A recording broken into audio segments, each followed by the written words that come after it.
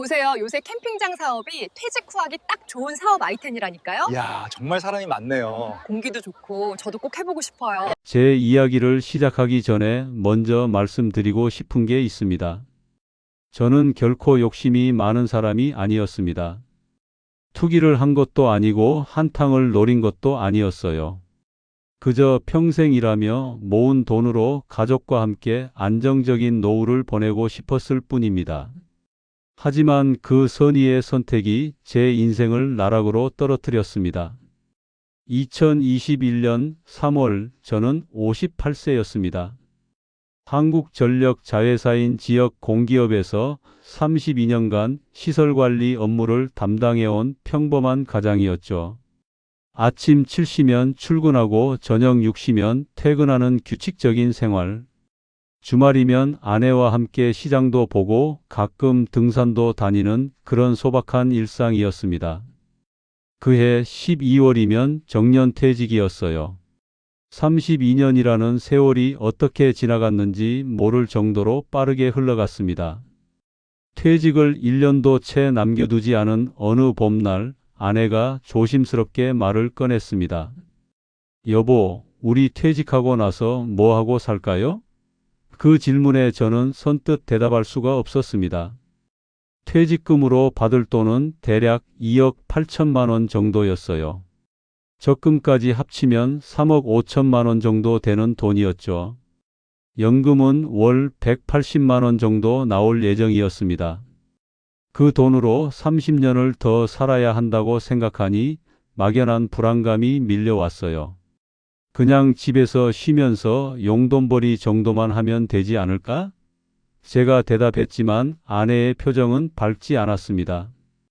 애들 결혼 자금도 있어야 하고 손주들 태어나면 용돈도 줘야 하잖아요. 그냥 앉아서 연금만 받으면 빠듯할 것 같아요. 아내의 말이 맞았습니다. 큰아들은 30살, 작은 딸은 27살이었어요. 머지않아 결혼할 나이였죠. 요즘 결혼 자금으로 자식 한 명당 최소 5천만 원은 준비해야 한다는 게 주변 분위기였습니다. 그렇게 퇴직 후 계획에 대한 고민이 깊어지던 어느 주말이었습니다. 큰아들이 아버지, 우리 이번 주말에 캠핑 어때요? 요즘 캠핑 엄청 유행이래요 라고 제안했습니다. 사실 저는 캠핑에 대해 잘 몰랐어요. TV에서 연예인들이 텐트 치고 고기 굽는 장면 정도만 본 게 전부였죠. 하지만 오랜만에 가족들과 함께 시간을 보낼 수 있다는 생각에 흔쾌히 승낙했습니다. 아들이 예약한 곳은 강원도 가평의 한 글램핑장이었습니다. 편하게 쉴 수 있는 곳으로 골랐다며 자랑스럽게 말하더군요. 1박에 18만 원이라는 가격을 듣고 깜짝 놀랐습니다. 텐트 하나에 18만 원씩이나 해? 속으로 혀를 차면서도 아들이 예약한 거라 내색하지 않았어요. 토요일 오후 2시쯤 도착한 그 글램핑장은 정말 아름다웠습니다. 산자락 아래 자리 잡은 하얀 텐트 8동이 그림처럼 놓여 있었어요. 텐트 안에는 침대와 난방기구, 작은 테이블까지 갖춰져 있었죠. 아내는 여기 진짜 좋네요. 호텔보다 더 운치 있어요 라며 좋아했습니다. 저녁 무렵 바비큐장에서 고기를 구워 먹었습니다. 삼겹살을 굽는 연기가 피어오르고 가족들이 둘러앉아 이야기를 나누는 그 시간이 참 평화로웠어요. 큰아들은 회사 이야기를 했고 딸은 친구들과의 소소한 일상을 얘기했습니다. 32년간 일만 하느라 가족과 이렇게 오붓한 시간을 보낸 게 얼마만인지 모르겠더군요. 그때 문득 이런 생각이 들었습니다. 아, 이렇게 가족들과 함께 시간을 보낼 수 있다면 정말 행복하겠다. 저녁을 먹고 난 뒤 화장실을 가려고 관리동 쪽으로 걸어가는데 사장님으로 보이는 분이 텐트 점검을 하고 계셨습니다. 제 또래쯤 되어 보이는 분이었어요. 인사를 건네자 반갑게 맞아주시더군요. 어디서 오셨어요? 경기도 안양에서 왔습니다. 아, 멀리서 오셨네요. 편하게 쉬다 가세요. 잠깐의 대화였지만 그분이 무심코 던진 한마디가 제 인생을 바꿔 놓았습니다. 요즘 캠핑장은 정말 대박이에요. 주말마다 예약이 꽉 차서 돌려보낼 정도거든요. 땅만 있으면 금방 본전 뽑아요. 그 말이 제 귓가에 맴돌기 시작했습니다. 하룻밤에 18만 원. 텐트 8동이면 144만 원. 한 달이면 대략 얼마나 벌까? 머릿속으로 계산기를 두드렸어요. 그날 밤 텐트 안에서 잠을 청하는데 자꾸만 그 생각이 떠올랐습니다. 32년간 시설 관리를 해온 저였습니다. 전기 배선도 할 줄 알고 배관 작업도 웬만한 건 혼자 처리할 수 있었어요. 캠핑장이라면 제 경력을 10분 활용할 수 있는 사업 아닌가? 게다가 자연 속에서 손님들을 맞이하며 여생을 보낼 수 있다면 얼마나 좋을까? 상상만 해도 가슴이 두근거렸습니다. 캠핑장에서 돌아온 다음 날부터 저는 본격적으로 캠핑장 사업에 대해 알아보기 시작했습니다. 출근 전 아침 시간, 퇴근 후 저녁 시간 할 것 없이 인터넷을 뒤졌어요. 네이버 카페에 가입해서 캠핑장 운영자들의 이야기를 읽었고 유튜브에서 캠핑장 창업 관련 영상을 찾아봤습니다. 서점에 가서 캠핑장 운영 실무서적도 2권이나 샀죠. 알아보면 알아볼수록 캠핑장 사업은 괜찮아 보였습니다. 당시가 2021년 4월이었는데 코로나19로 해외여행이 완전히 막힌 상황이었어요. 뉴스를 보니 국내 캠핑 인구가 2019년 399만 명에서 2021년 523만 명으로 급증했다고 하더군요. 캠핑용품 시장 규모만 6조 원을 넘어섰다는 기사도 봤습니다. 여행을 못 가니까 사람들이 캠핑으로 몰리는 거였어요. 더 놀라운 건 캠핑장 수요에 비해 공급이 부족하다는 점이었습니다. 주말마다 예약이 꽉 차서 캠핑장을 구하기 힘들다는 글들이 넘쳐났어요. 한 카페 회원은 3개월 전부터 예약해야 주말 자리를 잡을 수 있다고 썼습니다. 이건 기회다 싶었죠. 지금 시작하면 늦지 않겠다는 생각이 들었어요. 한 달 정도 혼자서 자료를 모으고 공부한 뒤 저는 아내에게 조심스럽게 이야기를 꺼냈습니다. 어느 토요일 저녁 아내와 단둘이 거실에 앉았을 때였어요. 여보, 내가 요즘 생각해 본 게 있는데? 아내는 제 표정을 보더니 진지하게 물었습니다. 무슨 생각이에요? 지난번에 갔던 글램핑장 기억나죠? 캠핑장 사업 한번 해볼까 해서요. 아내는 잠시 말없이 저를 바라봤습니다. 반대할까봐 조마조마했어요. 그런데 예상 밖의 반응이었습니다. 여보가 하고 싶은 거면 해봐요. 평생 성실하게 일만 했잖아요. 이제 우리 가족 위해서 한번 도전해 봅시다. 아내의 말에 가슴이 뜨거워졌습니다. 32년 동안 변변한 여행 한번 제대로 못 데려가고 살았는데 이렇게 믿어주다니 고마웠어요. 그런데 돈은 얼마나 필요해요? 아내가 물었습니다. 저는 그동안 조사한 내용을 차근차근 설명했어요. 땅값이 제일 큽니다.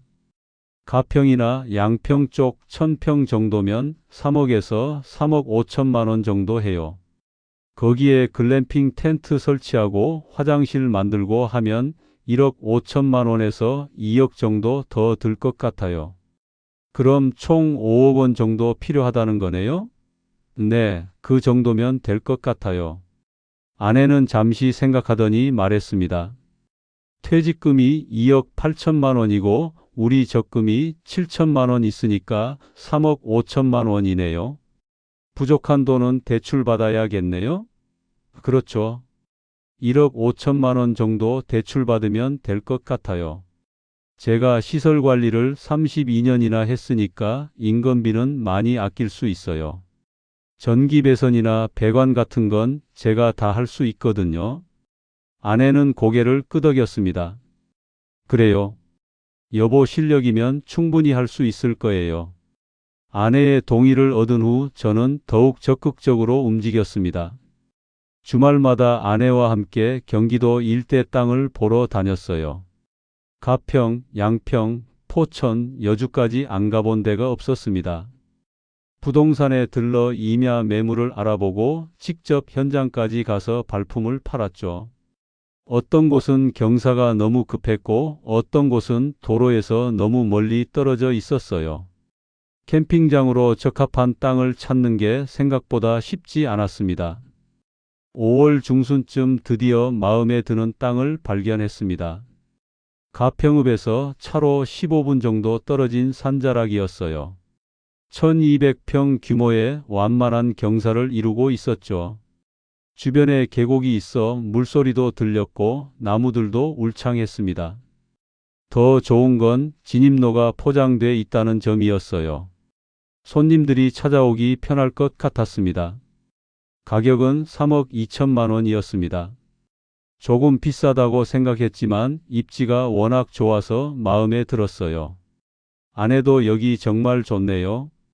공기도 맑고 경치도 예뻐요 라며 긍정적으로 반응했습니다. 저는 부동산 사장님께 일주일만 시간을 주시면 계약하겠습니다 라고 말했어요. 집으로 돌아와 가족 회의를 열었습니다. 큰아들과 작은딸을 불러 앉혔죠. 아빠가 퇴직하면 캠핑장 사업을 해볼까 하는데 너희 생각은 어떠니? 큰아들이 먼저 입을 열었습니다. 아버지 좋으시면 저는 찬성이에요. 요즘 캠핑 정말 인기 많잖아요. 저도 친구들이랑 자주 가는데 예약하기가 너무 힘들어요. 딸도 거들었습니다. 저도 좋아요, 아빠. 주말에 가서 아빠 일도 도와드리고 힐링도 하고 그러면 좋을 것 같아요. 아이들의 응원에 저는 더욱 확신이 섰습니다. 이건 제 혼자만의 사업이 아니라 우리 가족 모두를 위한 일이구나 싶었어요. 그날 밤 저는 아내 손을 꼭 잡고 말했습니다. 여보, 우리 꼭 성공해서 아이들 결혼도 시켜주고 손주들도 보면서 행복하게 살아요. 아내도 눈시울을 붉히며 고개를 끄덕였습니다. 다음 주 월요일 저는 회사에 사직서를 제출했습니다. 원래 12월 정년이었지만 6개월 앞당겨 퇴직하기로 한 거였어요. 빨리 캠핑장 준비를 시작하고 싶었습니다. 부장님은 자네 같은 사람이 나가면 우리가 곤란한데라며 아쉬워했지만 제 결심을 막을 순 없었죠. 5월 마지막 주 가평 땅 계약을 체결했습니다. 계약금으로 3천만 원을 지급하고 잔금은 6월 말에 치르기로 했어요. 퇴직금이 나오는 시점에 맞춰 잔금을 치를 계획이었습니다. 은행에서 1억 5천만 원 대출 승인도 받았어요. 공기업 퇴직자라 신용도가 좋아서 금리는 연 3.8%였습니다. 이자는 한 달에 약 60만 원 정도 나올 예정이었죠. 모든 준비가 순조롭게 진행됐습니다. 저는 매일 밤 노트에 캠핑장 설계도를 그렸어요. 텐트를 어디에 배치할지, 화장실은 어디에 만들지, 바비큐장은 어떤 구조로 할지 꼼꼼하게 계획했습니다. 32년 시설관리 경험이 빛을 발하는 순간이었죠. 전기 용량 계산도 하고 배수시설 설계도 직접 했어요. 아내는 캠핑장 이름을 고민했습니다. 숲속의 쉼표는 어때요? 바쁜 일상에서 잠시 쉬어가라는 의미로요. 정말 좋은 이름이었습니다.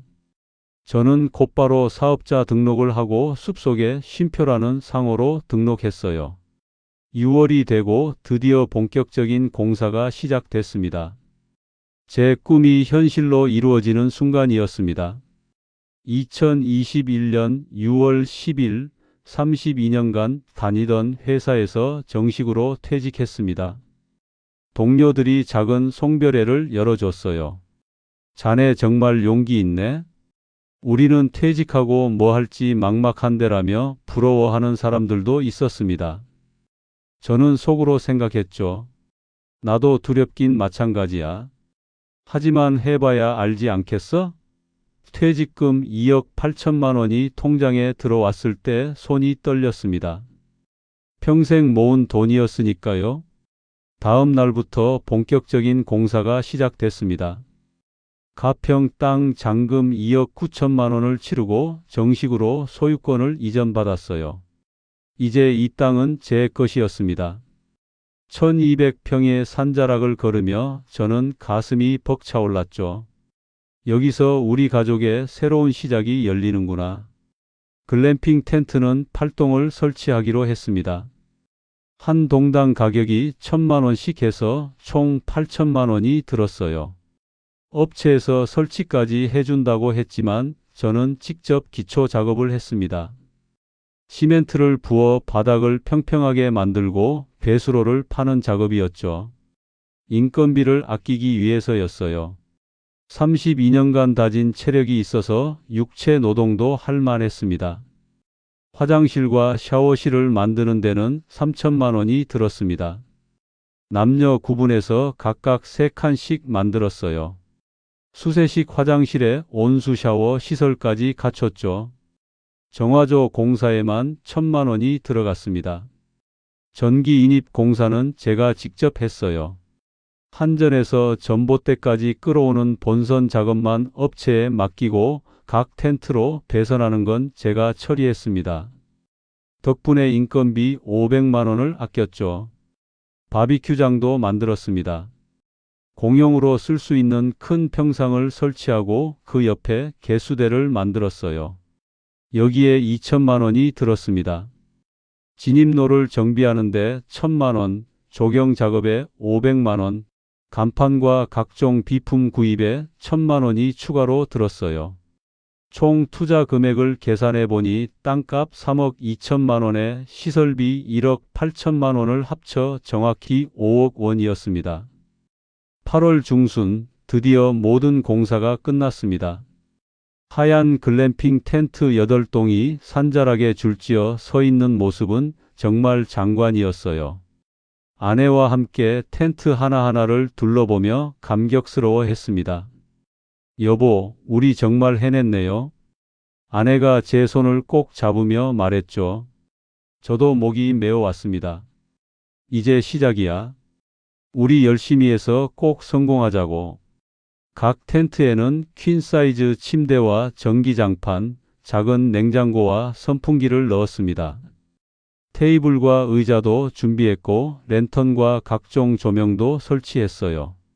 텐트 밖에는 개인 바비큐 그릴을 놓을 수 있는 공간도 만들었습니다.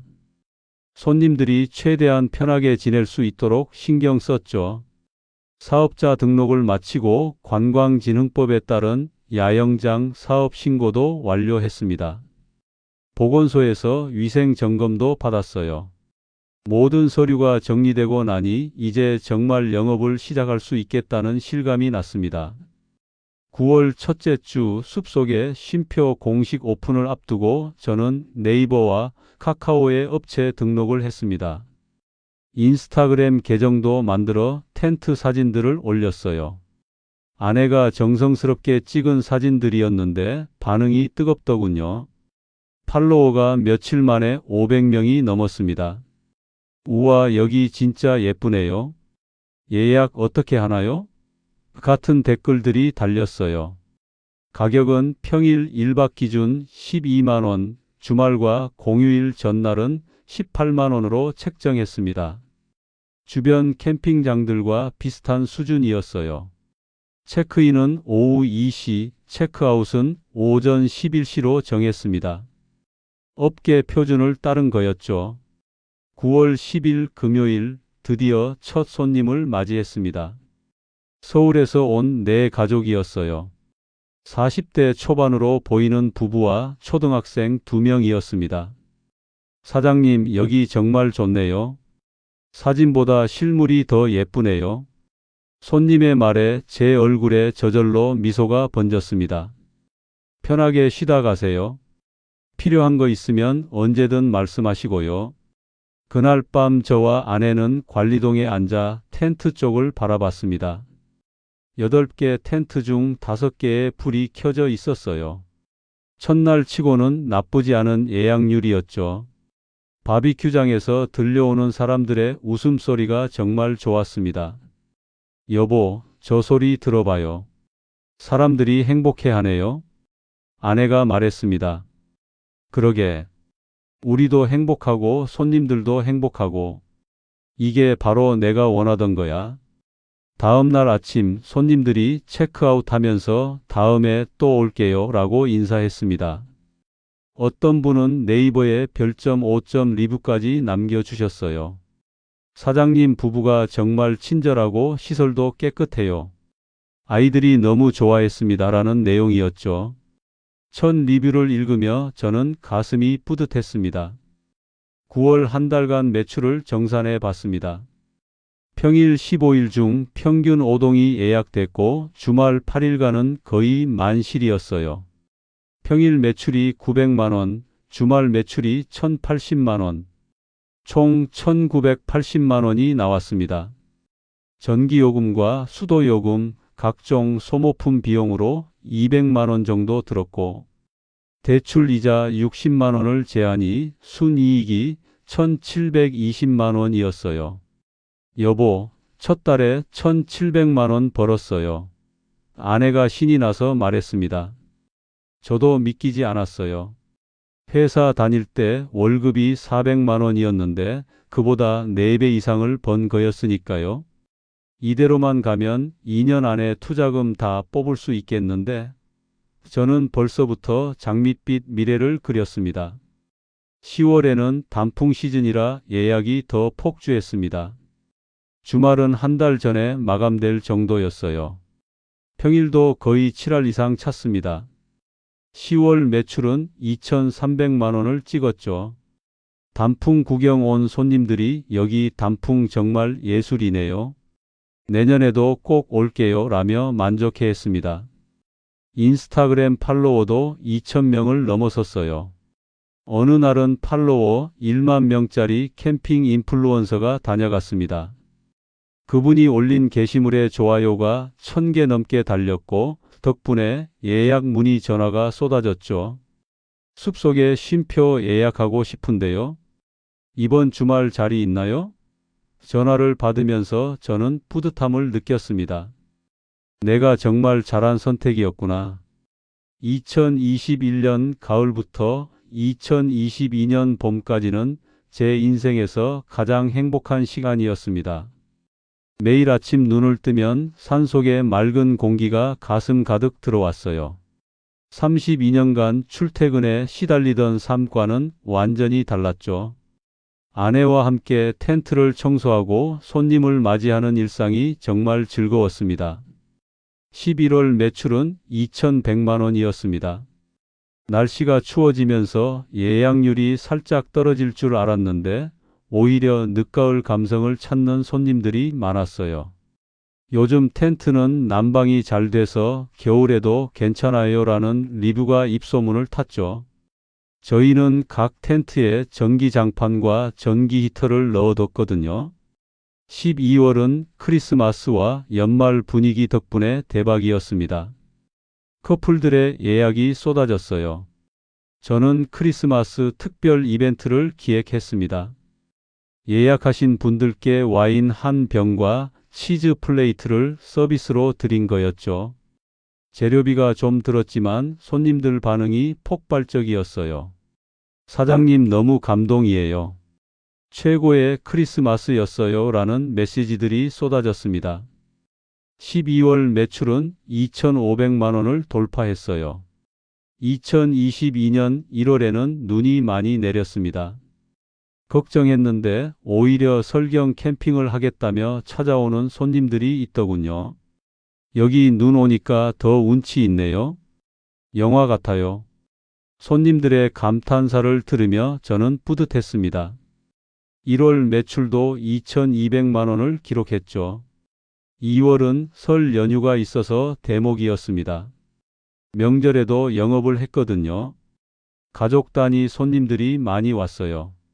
명절에 시댁 안 가고 여기 왔어요. 너무 행복해요 라며 웃는 며느리들도 있었습니다. 2월 매출은 2,300만 원이었어요. 3월부터는 봄 캠핑 시즌이 시작됐습니다. 날씨가 풀리니 예약이 폭주하기 시작했어요. 주말은 2달 전부터 예약이 마감됐고 평일도 거의 8할 이상 찼습니다. 벚꽃 필 무렵에는 하루도 빠짐없이 만실이었죠. 3월 매출은 2,600만 원을 찍었습니다. 4월에는 유명 유튜버가 다녀갔습니다. 구독자 50만 명을 가진 캠핑 전문 유튜버였어요. 사전에 촬영 협조 요청이 왔을 때 얼마나 기뻤는지 몰라요. 촬영 당일 저와 아내는 최선을 다해 응대했습니다. 사장님 네 분이 정말 친절하시네요. 이런 곳이 진짜 숨은 명소죠. 유튜버가 영상에서 한 말이었습니다. 그 영상이 올라간 후 예약 문의가 폭발했어요. 하루에 전화가 50통씩 왔습니다. 유튜브 보고 왔는데요. 5월에 예약 가능한가요? 인스타그램 팔로워도 일주일 만에 5,000명이 늘었어요. 댓글마다 여기 꼭 가보고 싶어요. 예약 어떻게 하나요? 같은 반응들이었죠. 4월 매출은 역대 최고인 2,800만 원을 기록했습니다.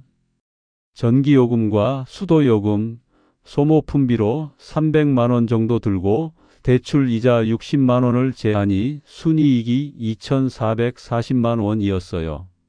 한 달에 2천만 원 넘게 버는 건 상상도 못했던 일이었습니다. 저는 벌써부터 확장 계획을 세우기 시작했어요.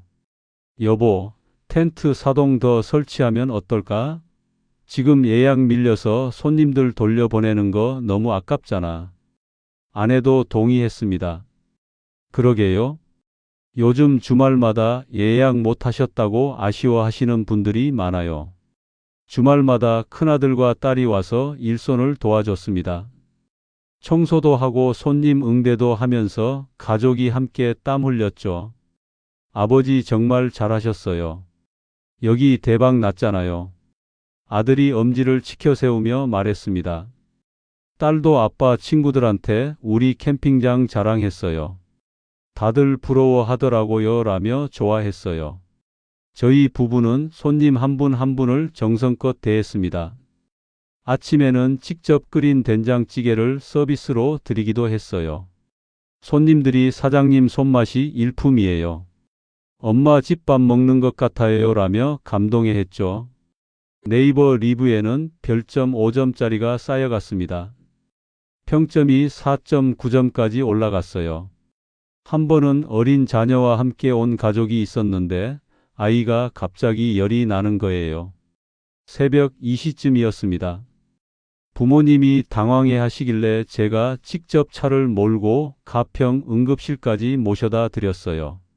다행히 큰 병은 아니었고 해열제만 처방받으면 됐죠. 그 가족은 나중에 인스타그램에 사장님 덕분에 큰일 날 뻔한 걸 넘겼어요. 정말 감사합니다라는 긴 글을 올려주셨습니다. 그런 일들이 쌓이면서 숲속의 쉼표는 단순한 캠핑장이 아니라 인심 좋은 곳으로 소문났어요. 단골 손님들도 생겼습니다. 한 달에 2번씩 오시는 분도 있었고 분기마다 꼭 한 번씩 오시는 분들도 계셨죠. 사장님 네 분 보러 왔어요 라며 인사하는 손님들을 볼 때마다 가슴이 벅찼습니다. 저는 매일 밤 매출 장부를 정리하며 흐뭇해했어요. 9월부터 4월까지 8개월간 총 매출은 1억 7,600만 원이었습니다. 각종 비용을 제하고 순이익만 1억 4천만 원 정도 남았죠. 여보, 이 속도면 내년이면 투자금 다 뽑겠어요. 아내도 신이 나서 말했습니다. 정말 꿈만 같아요. 우리가 이렇게 잘 될 줄 누가 알았겠어요. 주변 사람들도 부러워했습니다. 옛 직장 동료가 놀러 왔다가 아니 자네 완전 대박 났구만. 나도 퇴직하면 이거 해야겠어 라며 부러워했죠. 아내 친구들도 견학 온다며 때로 왔어요. 언니 정말 성공했네. 우리 남편도 이런 거 좀 했으면 좋겠어. 그런 말을 들을 때마다 저는 우쭐해졌습니다. 5월 초 어린이날 연휴에도 대박이 났어요. 예약이 석 달 전에 마감됐고 당일에도 문의 전화가 쏟아졌습니다. 죄송합니다.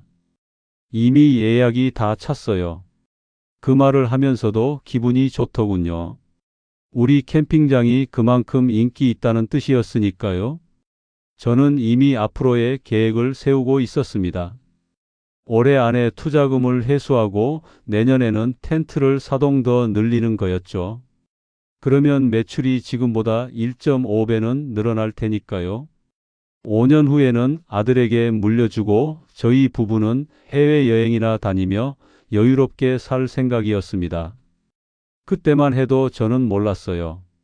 이 달콤한 꿈이 곧 악몽으로 바뀔 거라는 걸요. 변화는 2022년 5월 중순부터 감지되기 시작했습니다. 주말 예약률이 조금씩 떨어지는 게 느껴졌어요. 4월까지만 해도 2달 전에 예약이 마감됐는데 5월부터는 일주일 전에도 빈자리가 보이더군요. 처음에는 별 생각 없었습니다. 날씨가 더워지니까 그런가 보다. 가을 되면 다시 좋아지겠지. 저는 그렇게 자위했어요. 하지만 6월 들어 상황은 더 나빠졌습니다. 주말 예약률이 80%에서 60%로 떨어졌어요. 평일은 더 심각했습니다. 예전에는 5동 정도는 찼는데 이제는 2동, 3동밖에 예약이 안 들어왔죠. 6월 매출은 1,800만 원으로 전달보다 1,000만 원이나 줄었습니다. 더 충격적인 건 주변에 경쟁 캠핑장들이 우후죽순 생겨나기 시작했다는 거예요. 차로 5분 거리에 새 글램핑장이 문을 열었습니다. 텐트가 무려 12동이나 되더군요. 시설도 저희보다 훨씬 화려했어요. 개별 화장실이 텐트마다 붙어 있고 바비큐장도 개별로 갖춰져 있었습니다. 그 캠핑장은 오픈 이벤트로 평일 7만 원, 주말 12만 원에 영업을 시작했어요. 저희보다 6만 원이나 싼 가격이었죠. 손님들이 그쪽으로 빠져나가기 시작했습니다. 저희 캠핑장 인스타그램 댓글에 옆에 새로 생긴 데가 더 싸던데요? 라는 글이 달리기도 했어요. 10분 거리에도 또 하나가 생겼습니다. 15분 거리에도 하나 더 생겼죠. 1년 전만 해도 가평 일대에 캠핑장이 10개 정도였는데 이제는 30개가 넘어 보였어요. 너도 나도 캠핑장 사업에 뛰어든 거였습니다. 제가 성공하는 모습을 보고 따라 한 사람들이 많았던 거죠. 저는 고민 끝에 가격을 낮추기로 했습니다. 주말 18만 원을 15만 원으로, 평일 12만 원을 9만 원으로 내렸어요. 경쟁력을 유지하려면 어쩔 수 없었습니다. 하지만 가격을 낮추니 매출이 더 떨어졌어요. 예약 건수는 비슷한데 단가가 낮아지니 전체 수입이 줄어든 거였죠. 7월 매출은 1,600만 원이었습니다. 전기요금은 여름이라 에어컨 때문에 더 올랐어요. 400만 원이 나왔습니다. 수도요금도 손님들이 샤워를 많이 해서 올랐죠. 각종 비용을 제하고 나니 순이익이 900만 원밖에 안 남았어요. 대출 이자 60만 원을 빼면 실제로 손에 쥐는 돈은 840만 원이었습니다. 아내가 걱정스러운 얼굴로 물었습니다. 여보, 왜 이렇게 갑자기 손님이 줄어든 걸까요? 저도 정확한 이유를 알 수 없었어요. 비수기라서 그런가 봐. 가을 되면 다시 좋아질 거야. 그렇게 말했지만 속으로는 불안했습니다. 인터넷을 뒤져보니 충격적인 기사가 눈에 들어왔어요. 코로나 거리두기 전면 해제, 해외여행 재개. 2022년 6월부터 코로나19 방역 조치가 완전히 풀렸다는 내용이었습니다. 사람들이 다시 해외로 떠나기 시작한 거였죠. 2년 동안 못 갔던 해외여행을 가려고 캠핑을 포기하는 거였어요. 또 다른 기사도 봤습니다. 캠핑장 포화 상태, 공급 과잉 우려. 전국적으로 캠핑장이 너무 많이 생겨서 경쟁이 심화되고 있다는 분석이었어요. 2021년에 2,000개였던 캠핑장이 2022년에는 3,500개로 늘었다고 하더군요. 1년 만에 1,500개가 늘어난 겁니다. 저는 손님들 리뷰를 다시 읽어봤습니다. 최근 리뷰들을 보니 뭔가 달라진 게 느껴졌어요. 시설은 좋은데 가격이 좀 비싼 것 같아요. 공용 화장실이 불편해요. 와이파이가 안 터져요 같은 지적들이 늘어나고 있었습니다. 예전에는 무조건 칭찬 일색이었는데 이제는 까다로워진 거죠. 8월에는 기록적인 폭우가 쏟아졌습니다. 장마 기간이 길어지면서 예약 취소가 속출했어요. 날씨가 안 좋아서 취소하려고요. 그런 전화를 받을 때마다 마음이 무너져 내렸습니다. 취소 환불 규정에 따라 돈을 돌려줘야 했어요. 폭우 피해도 있었습니다. 캠핑장으로 들어오는 진입로 일부가 무너져 내렸어요. 토사가 쓸려 내려와 도로를 덮었죠. 복구하는데 500만 원이 들었습니다. 텐트 2동도 침수 피해를 입었어요. 바닥이 젖고 침대가 물에 잠겼죠. 텐트를 새로 교체하는데 300만 원이 추가로 들었습니다. 8월 매출은 1,200만 원으로 곤두박질 쳤어요. 장마 때문에 영업일이 절반밖에 안 됐거든요. 거기에 복구 비용 800만 원까지 들어가니 실제로는 400만 원밖에 안 남았습니다. 대출 이자를 내고 나면 적자였어요. 저는 마이너스 통장을 개설했습니다. 한도 3천만 원짜리였죠. 일시적으로만 쓰는 거야. 가을 되면 매출 올라갈 테니까. 저는 스스로를 달랬습니다. 9월이 되면서 코로나 상황이 완전히 종료됐다는 뉴스가 나왔어요. 해외여행 통계를 보니 충격적이었습니다. 2022년 상반기 출국자가 전년 대비 3배 증가했다고 하더군요. 사람들이 캠핑 대신 태국, 베트남, 일본으로 떠나고 있었어요. 캠핑 관련 커뮤니티를 들어가 봤습니다. 분위기가 완전히 바뀌어 있었어요. 캠핑 장비 일괄 판매합니다. 텐트 반값에 팔아요 같은 중고 매물들이 쏟아지고 있었죠. 사람들이 캠핑을 그만두고 있었던 겁니다. 9월 매출은 1,300만 원이었습니다. 작년 같은 기간에는 2천만 원이었는데 700만 원이나 줄어든 거예요. 예약 문의 전화도 뚝 끊겼습니다. 인스타그램 댓글도 예전 같지 않았어요. 새 게시물을 올려도 좋아요가 100개도 안 달렸습니다. 더 충격적인 소식도 들었습니다. 차로 10분 거리에 있던 경쟁 캠핑장이 문을 닫았다는 거예요. 6개월 만에 폐업한 거였죠. 요즘 너무 안 돼서 못 하겠어요. 적자만 쌓여요. 그 사장님이 한 말이 제 가슴을 찔렀습니다. 저는 밤마다 잠을 설쳤습니다. 천장을 바라보며 계산기를 두드렸어요. 지금까지 순이익으로 1억 4천만 원을 벌었습니다. 투자금 5억 원 중 아직 3억 6천만 원이 남아 있었죠. 이 속도면 언제 본전을 뽑을 수 있을까? 앞이 깜깜했습니다. 아내는 제 눈치를 보며 말했습니다. 여보, 일시적인 거예요. 조금만 버티면 다시 좋아질 거예요. 저도 그러고 싶었어요. 하지만 현실은 그렇지 않았습니다. 10월 들어 더 나쁜 소식이 들려왔습니다. 금리가 또 올랐다는 거예요. 한국은행이 기준금리를 인상하면서 대출 이자가 연 3.8%에서 5.2%로 올랐습니다. 월 이자가 60만 원에서 95만 원으로 뛴 거예요. 한 달에 35만 원이 추가로 나가게 됐죠. 10월 매출은 1,400만 원이었습니다. 단풍 시즌이라 기대했는데 작년만 못했어요.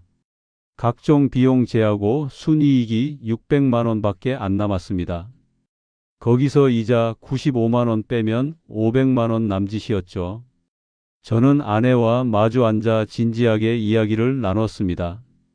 여보, 우리 어떻게 해야 할까? 아내 눈에서 눈물이 흘러내렸어요. 여보, 잘못 아니에요.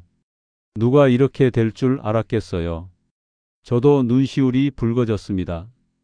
하지만 울고 있을 때가 아니었어요.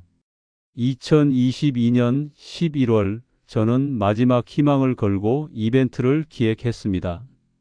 겨울 특가 프로모션, 평일 6만 원, 주말 10만 원. 원가도 안 되는 가격이었어요. 그냥 손님이라도 받아서 고정비를 충당하자는 심산이었죠. 하지만 반응은 미미했습니다. 예약 문의가 조금 늘긴 했지만 수익성은 형편없었어요. 11월 매출은 1,100만 원이었습니다. 전기요금은 겨울이라 난방 때문에 또 올랐어요. 500만 원이 나왔습니다. 수도요금, 소모품비 합쳐서 200만 원. 대출이자 95만 원. 순이익은 거의 남지 않았어요. 305만 원이 전부였습니다. 12월은 더 참담했습니다. 작년 12월에는 크리스마스 이벤트로 대박이 났었는데 올해는 달랐어요. 예약이 절반도 안 찼습니다. 크리스마스 당일에도 8동 중 3동만 손님이 왔어요. 덩그러니 비어있는 텐트들을 보며 가슴이 먹먹했습니다. 12월 매출은 950만 원이었습니다. 역대 최저였죠. 각종 비용 제하고 나니 적자였어요. 마이너스 통장에서 200만 원을 꺼내 썼습니다. 이제 마이너스 한도도 2,800만 원밖에 안 남았어요. 2023년 1월 새해가 밝았지만 희망은 보이지 않았습니다. 눈이 많이 와서 진입로가 얼어붙었어요. 제설 작업을 해야 했는데 비용이 만만치 않았습니다. 한 번 할 때마다 30만 원씩 들었죠. 겨울 내내 5번 했으니 150만 원이 추가로 나갔습니다. 1월 매출은 800만 원이었습니다. 완전히 바닥을 친 거예요. 손님이 없는 날에도 텐트는 서 있고 전기는 들어갔습니다. 동파 방지를 위해 계속 난방을 켜놔야 했거든요. 그러니 전기요금만 400만 원이 나왔어요. 매출보다 전기요금이 반이나 되는 상황이었죠. 더 이상 버틸 수 없었습니다. 저는 직원을 구해야겠다고 생각했던 걸 포기했어요. 작년까지만 해도 아르바이트생이라도 쓰려고 했는데 이제는 저와 아내 둘이서 모든 일을 해야 했습니다. 청소부터 손님 응대, 시설 관리까지 전부요. 아내는 허리가 아프다고 했습니다. 매일 8개 텐트를 청소하고 화장실을 닦는 일이 60대 초반 여자에게는 무리였던 거죠. 여보, 병원 좀 다녀올게요. 허리가 너무 아파서요. 아내가 파스를 붙이며 말했습니다. 저는 미안해서 아내 얼굴을 제대로 볼 수가 없었어요. 2월 들어 더 큰 악재가 터졌습니다. 가평군청에서 연락이 왔어요. 야영장 시설 점검 결과 일부 미비한 점이 발견됐습니다. 소방시설을 보완하셔야 합니다. 소화기를 추가로 설치하고 비상구 표지판도 달아야 한다는 거였죠. 비용이 200만 원 들었습니다. 설상가상으로 정화조에 문제가 생겼어요. 악취가 나더니 급기야 역류하기 시작한 겁니다. 업체를 불러 점검했더니 정화조를 청소해야 한다고 했어요. 청소 비용 100만 원, 부품 교체 비용 50만 원. 또 돈이 나갔습니다. 2월 매출은 700만 원이었습니다. 명절 연휴에도 예약이 거의 없었어요. 작년에는 명절 대목이었는데 올해는 아무도 안 왔습니다.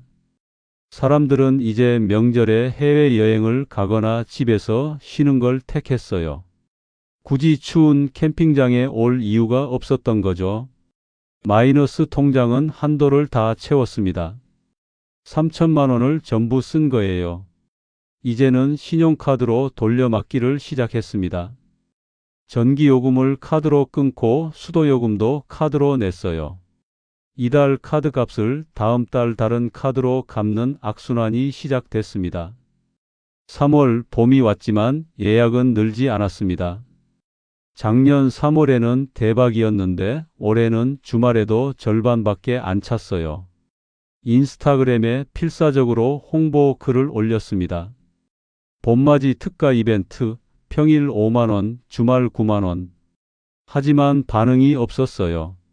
좋아요도 30개밖에 안 달렸습니다. 네이버 리뷰에 악플이 달리기 시작했습니다. 시설이 노후됐어요. 청소 상태가 별로예요. 사장님이 불친절해요. 청소를 제대로 못한 건 사실이었어요. 저희 둘이서 8개 텐트를 관리하는 게 한계였거든요. 불친절하다는 말이 가장 가슴 아팠습니다. 저희는 최선을 다했는데 손님들 눈에는 그렇게 비친 거였죠. 3월 매출은 1,200만 원이었습니다. 각종 비용 제하고 순이익이 거의 없었어요. 대출 이자만 내고 나면 손에 쥐는 돈이 없었습니다. 생활비는 신용카드로 돌렸어요. 마트장도 카드로 보고 외식도 카드로 했습니다. 카드값이 쌓여갔습니다. 3월 말 기준 카드 대금이 800만 원이었어요. 갚을 방법이 없었습니다. 결국 현금 서비스를 받았어요. 한도 500만 원을 풀로 당겼죠. 이자가 연 15%였습니다. 완전히 고금리 빚더미에 앉게 된 거예요. 4월 저는 매물을 내놓기로 결심했습니다. 더 이상 버틸 수가 없었어요. 부동산에 연락해서 글램핑장 매각합니다 라고 올렸습니다. 매물 가격은 3억 원으로 책정했어요. 5억 원을 투자했지만 2억 원은 손해보고 파는 거였죠. 반응은 없었습니다. 한 달이 지나도 문의 전화 한 통 안 왔어요. 부동산 사장님이 말했습니다. 요즘 캠핑장 매물이 너무 많아요. 팔리질 않아요. 가격을 더 낮춰야 할 것 같은데요. 저는 절망했습니다. 얼마면 팔릴까요? 2억 원 정도면 관심 가질 사람이 있을 거예요. 2억 원. 5억 원 투자한 걸 2억 원에 판다는 건 3억 원 손해를 보는 거였습니다. 게다가 대출금 1억 5천만 원을 갚고 나면 손에 남는 건 5천만 원뿐이었어요. 평생 모은 퇴직금 2억 8천만 원과 적금 7천만 원 합쳐서 3억 5천만 원이 5천만 원으로 줄어드는 거였죠. 5월 들어 상황은 더 악화됐습니다. 어느 날 카드 회사에서 전화가 왔어요. 고객님, 이번 달 카드 대금 연체 중이십니다. 빠른 시일 내에 납부해 주세요. 연체가 시작된 겁니다. 신용 등급이 떨어졌어요. 1등급이었던 제 신용이 한 달 만에 4등급으로 추락했습니다. 6월 더 이상 희망이 보이지 않았습니다. 매물 가격을 2억 원으로 낮췄지만 여전히 팔리지 않았어요.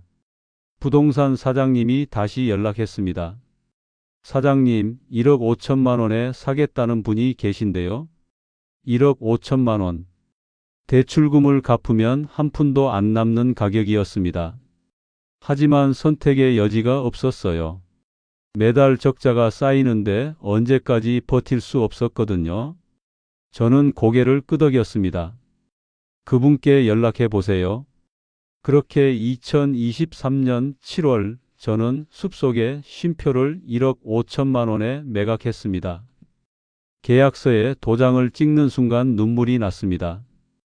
2년간의 꿈이 이렇게 끝나는 거였어요. 아내도 옆에서 울고 있었습니다. 캠핑장을 넘긴 다음 날 저는 은행에 가서 대출금 1억 5천만 원을 전액 상환했습니다. 통장에 남은 돈은 0원이었어요. 평생 모은 퇴직금 2억 8천만 원과 적금 7천만 원 합쳐서 3억 5천만 원이 2년 만에 완전히 증발한 겁니다. 손에 남은 건 카드 빚 1,200만 원과 현금 서비스 빚 500만 원, 총 1,700만 원의 부채뿐이었어요. 집으로 돌아오는 길에 아내와 저는 아무 말도 하지 못했습니다. 차 안이 무덤처럼 조용했어요. 집에 도착해서 거실 소파에 앉았을 때 아내가 먼저 입을 열었습니다. 여보, 이제 어떻게 해요? 저는 대답할 수가 없었어요. 59세, 빈털터리가 된 제가 무슨 일을 할 수 있을까요? 그날 밤 아이들을 불러 모았습니다. 사실대로 말해야 했어요. 아빠가 캠핑장 사업 접었다. 돈을 다 잃었어. 큰아들은 놀란 표정으로 물었습니다. 아버지, 그럼 퇴직금은요? 다 날렸다. 딸이 울음을 터뜨렸어요. 아빠, 어떻게 그럴 수가 있어요? 우리 결혼 자금은요? 그 말에 저는 고개를 들 수가 없었습니다. 아내가 딸을 진정시켰어요. 얘야, 아빠 탓하지 마. 우리 모두 찬성했잖아. 하지만 아이들 표정에서 실망감이 역력히 보였습니다. 특히 큰아들은 아버지, 좀 더 신중하게 하시지 그랬어요. 라는 말을 남기고 방으로 들어가 버렸죠. 그날 이후 집안 분위기는 완전히 얼어붙었습니다.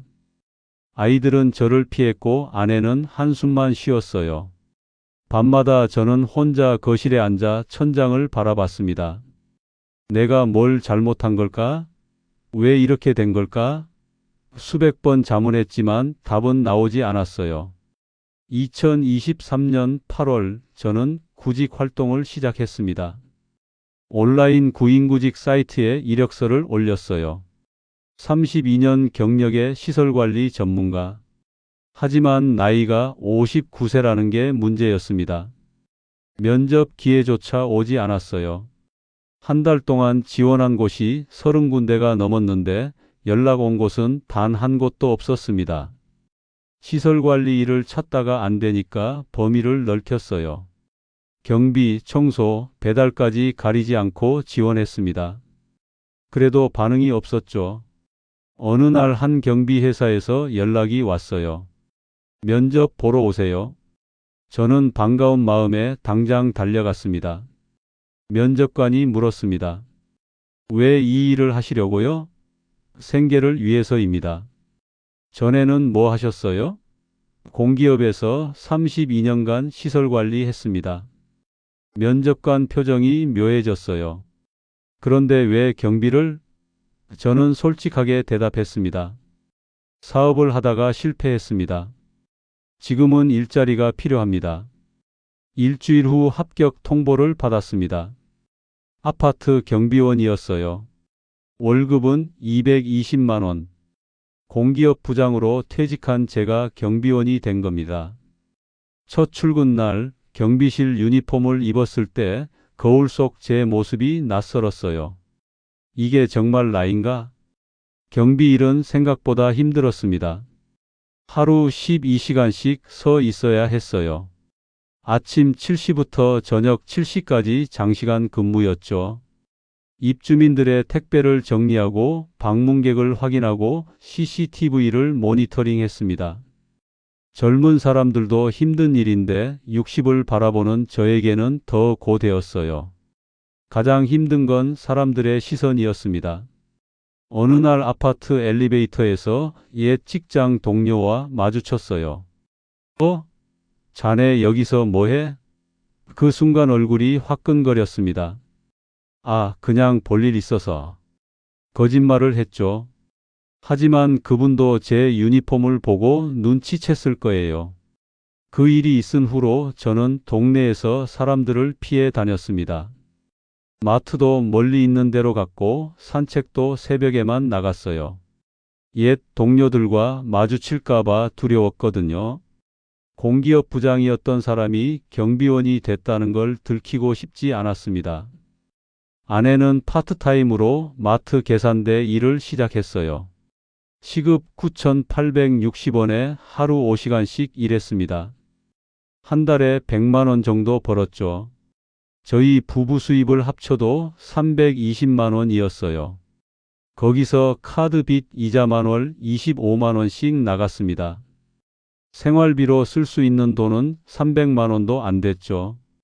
아파트 관리비, 통신비, 식비 등을 제하면 여유가 전혀 없었습니다. 외식은 꿈도 못 꿨어요. 옷도 새로 사지 못했습니다. 아내가 입던 옷이 해졌는데도 그냥 입고 다녔어요. 괜찮아요. 이것도 입을 만해요. 아내가 말했지만 저는 너무 미안했습니다. 큰아들이 결혼 이야기를 꺼냈습니다. 아버지, 저 내년에 결혼하려고요. 제 가슴이 철렁 내려앉았어요. 축하한다, 아들. 그렇게 말했지만 속으로는 막막했습니다. 결혼 자금을 줄 수가 없었거든요.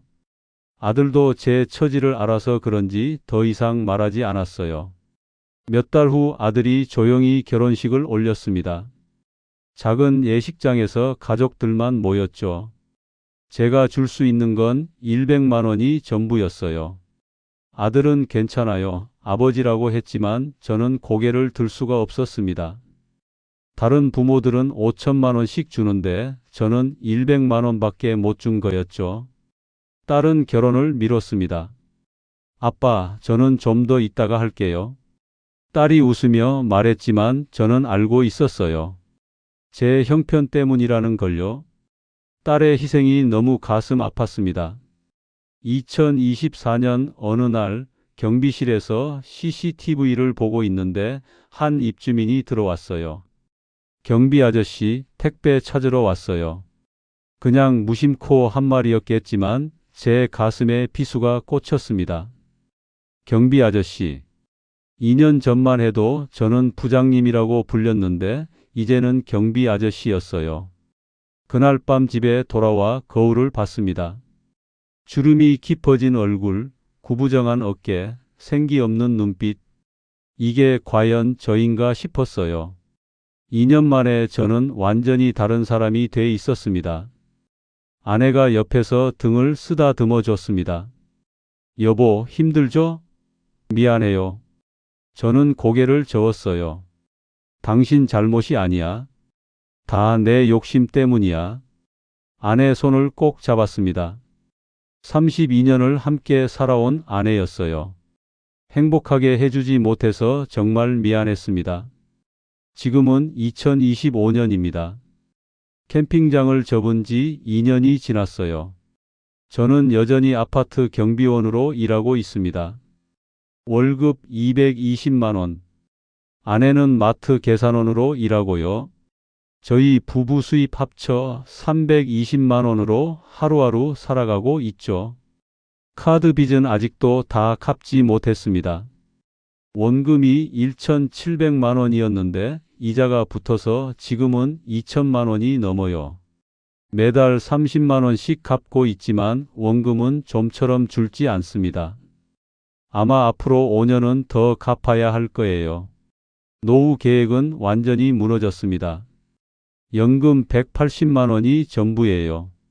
퇴직금으로 모았던 3억 5천만 원은 흔적도 없이 사라졌죠. 70대가 되어도 계속 일해야 할 것 같습니다.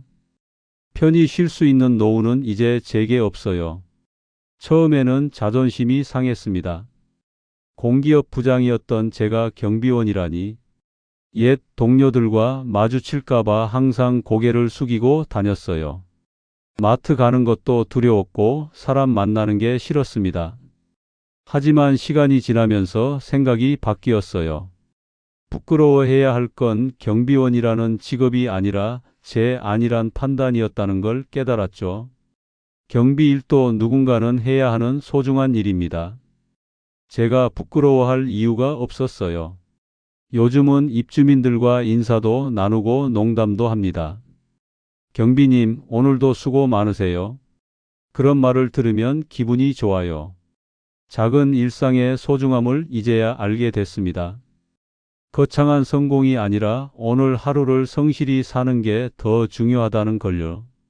가족 관계도 조금씩 회복되고 있습니다. 처음에는 서먹했던 아이들도 이제는 가끔 찾아와요. 큰아들은 손주를 데리고 옵니다. 아버지, 우리 아들이에요.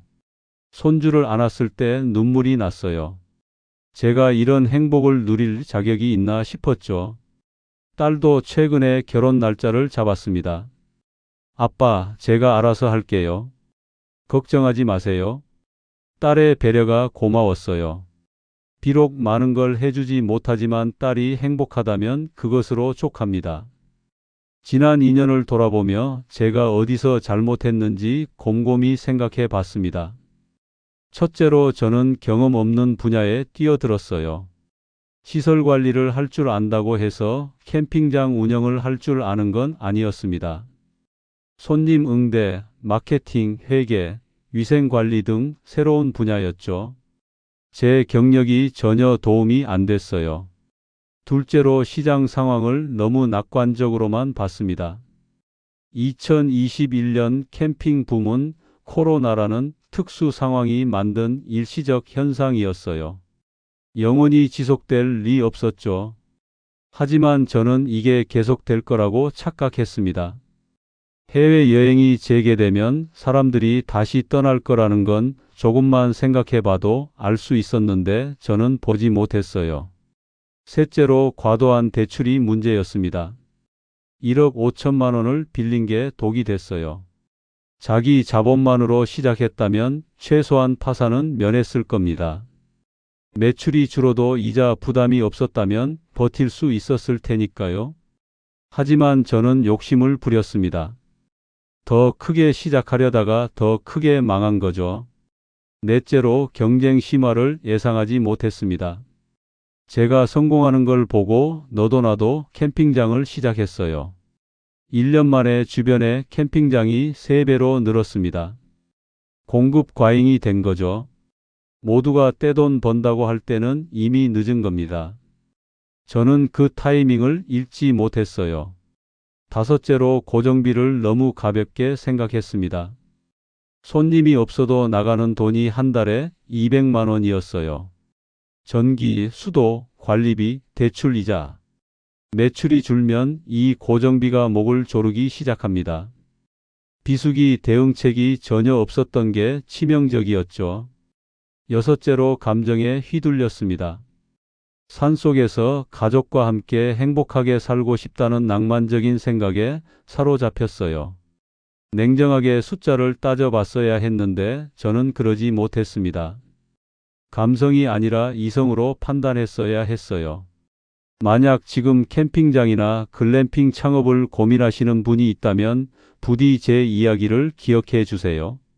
2021년의 캠핑 붐은 코로나라는 특수 상황이 만든 신기루였습니다. 지금은 그때와 완전히 다른 시장이에요. 캠핑장은 포화 상태고 사람들은 해외여행을 선호합니다. 무엇보다 경험 없는 분야에 퇴직금 전부를 걸지 마세요. 저처럼 평생 모은 돈을 한순간에 잃을 수 있습니다. 대출은 최소화하세요. 이자가 복리로 쌓이면 감당할 수 없게 됩니다. 그리고 비수기와 고정비를 반드시 계산해 보세요. 최악의 상황에서도 버틸 수 있는지 냉정하게 따져봐야 해요. 한 가지 더 말씀드리고 싶은 건 가족의 소중함입니다. 저는 가족을 행복하게 해주려다가 오히려 불행하게 만들었어요. 결혼 자금도 못 주고 노후 계획도 망쳤습니다. 하지만 가족들은 저를 원망하지 않았어요. 함께 어려움을 이겨내자고 했죠. 그게 얼마나 고마운지 몰라요. 요즘 저는 퇴근 후 아내와 함께 동네를 산책합니다. 비싼 외식은 못해도 집에서 라면 끓여 먹으며 이야기 나누는 게 좋아요. 손주 얼굴 보는 것만으로도 행복합니다. 거창한 성공이 아니라 이런 소박한 일상이 진짜 행복이었다는 걸 이제야 알았어요. 제 이야기가 누군가에게는 반면교사가 됐으면 좋겠습니다. 퇴직 후 창업을 꿈꾸시는 분들께 경각심을 드리고 싶어요. 저처럼 실패하지 마세요. 신중하게 결정하시고 최악의 상황까지 대비하세요. 저는 비록 경제적으로는 실패했지만 소중한 교훈을 얻었습니다. 욕심을 버리고 현실을 직시하는 법, 작은 일상에 감사하는 법, 가족의 소중함을 깨달았어요. 늦었지만 이제라도 알게 돼서 다행입니다. 오늘도 저는 경비실에서 CCTV를 보며 하루를 보냅니다. 평범하지만 성실하게 살아가고 있어요. 비록 꿈은 무너졌지만 삶은 계속됩니다. 매일 아침 눈을 뜨고 가족과 함께 밥을 먹을 수 있다는 것만으로도 감사해요. 여러분도 부디 현명한 선택을 하시길 바랍니다. 제 실패가 여러분의 성공으로 이어지길 진심으로 기원합니다.